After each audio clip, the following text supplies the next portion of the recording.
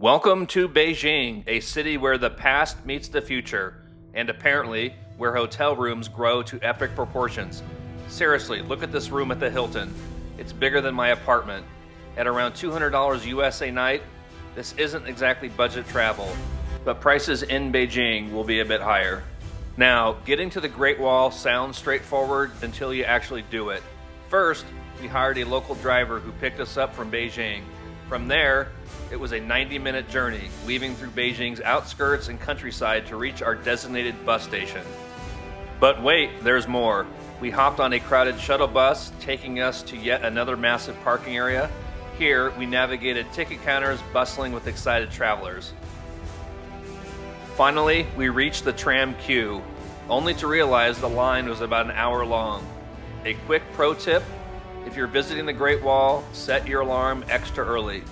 Beating the crowds is a real challenge. Clearly, we weren't the only ones with this bucket list dream today.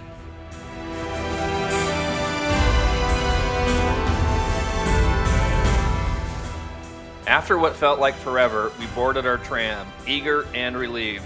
And honestly, the ride itself was pretty spectacular. As the tram ascended, the sweeping views opened up beneath us. Lush green hillsides, rugged terrain, and glimpses of the legendary wall snaking along the peaks. It's incredible to imagine ancient workers building this massive structure, stone by stone, entirely by hand, more than 2,000 years ago. I couldn't help but wonder what they'd think of tourists like us now, casually gliding up their sacred mountain in modern comfort.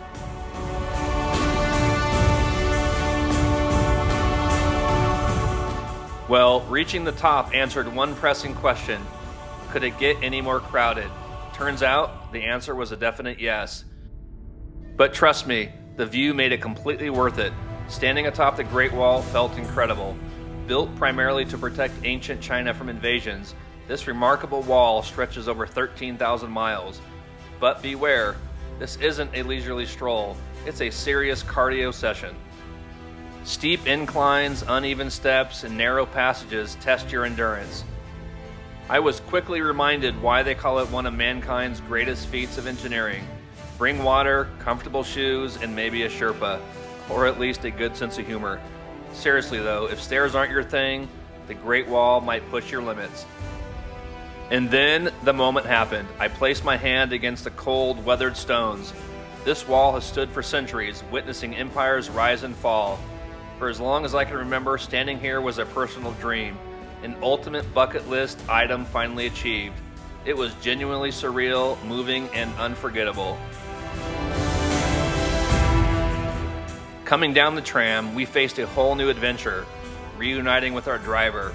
Picture this: hundreds of cars, thousands of tourists, and not a single landmark to guide us. It felt like a chaotic scavenger hunt minus any helpful clues. Every car was nearly identical, and everyone seemed equally confused. Did we remember our car's license plate? Nope.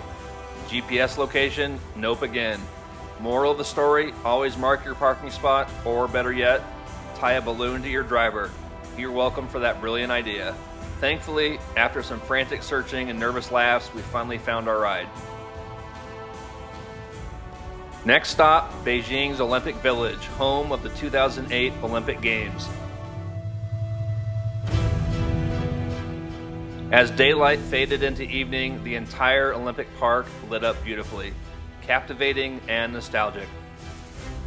I vividly remember watching the opening ceremonies on TV, amazed by its innovative architecture. Seeing it illuminated now was even more impressive. Unfortunately, stepping into the venue where Michael Phelps shattered swimming records, it really hit hard.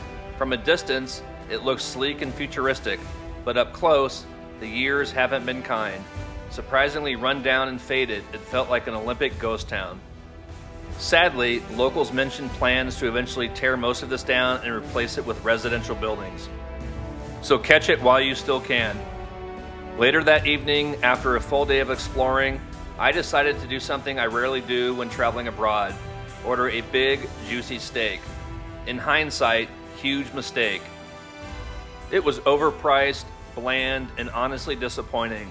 Lesson learned: always stick with local cuisine. In the end, Beijing truly delivered.